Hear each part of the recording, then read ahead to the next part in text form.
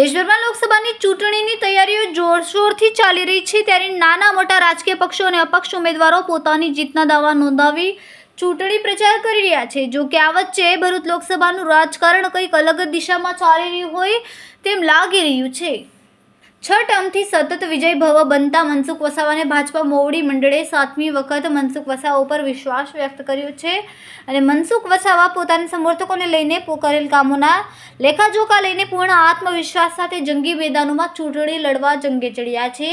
જો કે આ વખતે ભરૂચ ભાજપમાં મનસુખ વસાવાને લઈને અસંતોષ પણ જોવા મળી રહ્યો છે। નો રિપીટ થિયરી બાદ ફરીથી રિપીટ કરી મનસુખ વસાવાને મેન્ડેટ મળ્યું છે અને જૂના અને ઘનિષ્ઠ ભાજપના આગેવાનો અને કાર્યકરોએ લોકસભા ઉમેદવાર બનવાનું પોતાનું સપનું રોરાઈ રહ્યું હોય તેમ લાગી આવતા સ્વાભાવિકપણે બળાપો બહાર નીકળે ત્યારે ભરૂચમાં એક વોટ્સએપ ગ્રુપમાં ફરતો થયેલ મેસેજ ચર્ચાના ચકડોળે ચડ્યો છે। ભરૂચ તાલુકા બીજેપી વોટ્સએપ ગ્રુપમાં ફરતો થયેલ આખો મેસેજ આ પ્રમાણે છે કે જો કે આ ફરતા થયેલ મેસેજની પુષ્ટિ અમે કરતા નથી। ભરૂચ લોકસભાની બેઠક સામાન્ય જ્ઞાતિ પ્રકાર માટેની છે। છેલ્લા 7 ટર્મથી ભારતીય જનતા પાર્ટી સેન્સ પ્રક્રિયાના માધ્યમથી પાર્ટીના સિનિયર કાર્યકરોને મૂર્ખ બનાવીને સામાન્ય બેઠક ઉપર આદિવાસી ઉમેદવારની પસંદગી કરી ટિકિટ ફાળવે છે।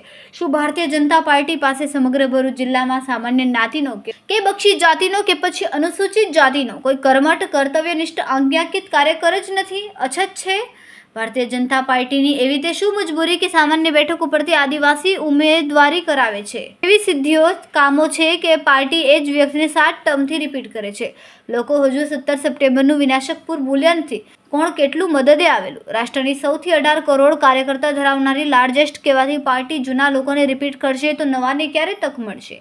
અને જો હાઈકમાન્ડ એવી વિચારસરણીમાં રહેતા હોય કે ભરૂચ જિલ્લાની બેઠક માત્ર આદિવાસી મતે જીતી જવાય તો અન્ય તમામ જ્ઞાતિઓના મતની જરૂર નથી, તો અન્ય અમો મતદાન કરે નહીં, આમ પણ પ્રયોગ કરવાના બહુ શોખ છે તો 2024માં માત્ર આદિવાસી મતે જ જીતી બતાવે। જો અન્ય જ્ઞાતિ પોતાનું અસ્તિત્વ નહીં બતાવે તો 2029માં પણ આ જ ઉમેદવાર અને આ જ પરિસ્થિતિ રહેશે। ત્યારે અમારા હક માટે અવાજ નહીં ઉઠાવો તો ખજૂરિયા અને હવે આદિવાસીઓના મજૂરિયા તરીકેની તમારી ઓળખને આવનારી તમારી નવી પેઢી અને ક્યારે માફ નહીં કરે। જો કે આ મેસેજ વાયરલ થતાની સાથે જ ભાજપના મોટા કદના નેતાઓએ મેસેજ ડિલીટ કરાવવા ધમપછાડા કર્યા હતા। વાયરલ થયેલ મેસેજને લઈને ભાજપના કાર્યકરોમાં વિવિધ મત ઊભા થયા છે। કોઈ મેસેજને સત્ય હકીકત સાથે સરખાવે છે તો અન્યએ આ મેસેજ ખોટો છે તેમ કહીને વાતને રફે દફે કરવાની મથામણ કરી છે। જો કે આ મેસેજને લઈને ખુલ્લીને બાબતે કોઈ નેતા કે કાર્યકર બોલવા તૈયાર નથી।